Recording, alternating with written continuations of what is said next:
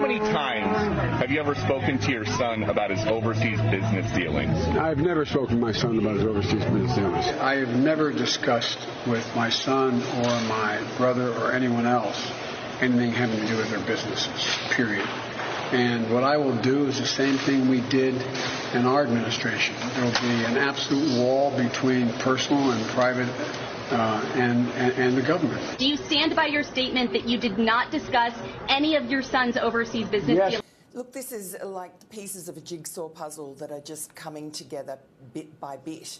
And I think it's still early days in the investigation, but what we can say is that there is something very rotten in the FBI and the DOJ.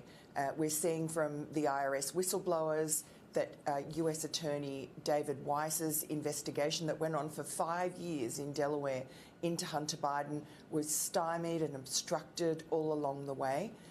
They were never shown this explosive FBI 1023 form, which is a confidential human source reporting what he was told by this Ukrainian oligarch who, I mean, you can't take everyone's word for what they say, but the source was a long-term, decade-long, trusted FBI source.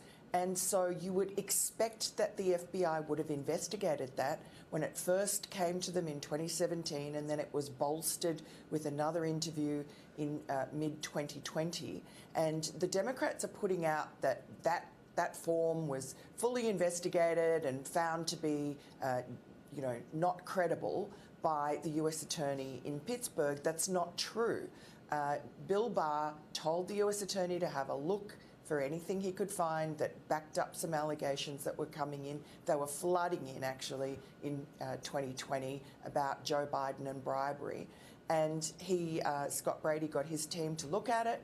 They assessed that it was credible and passed it on to David Weiss, and yet the IRS criminal investigators there said that they and the FBI criminal investigators never saw it.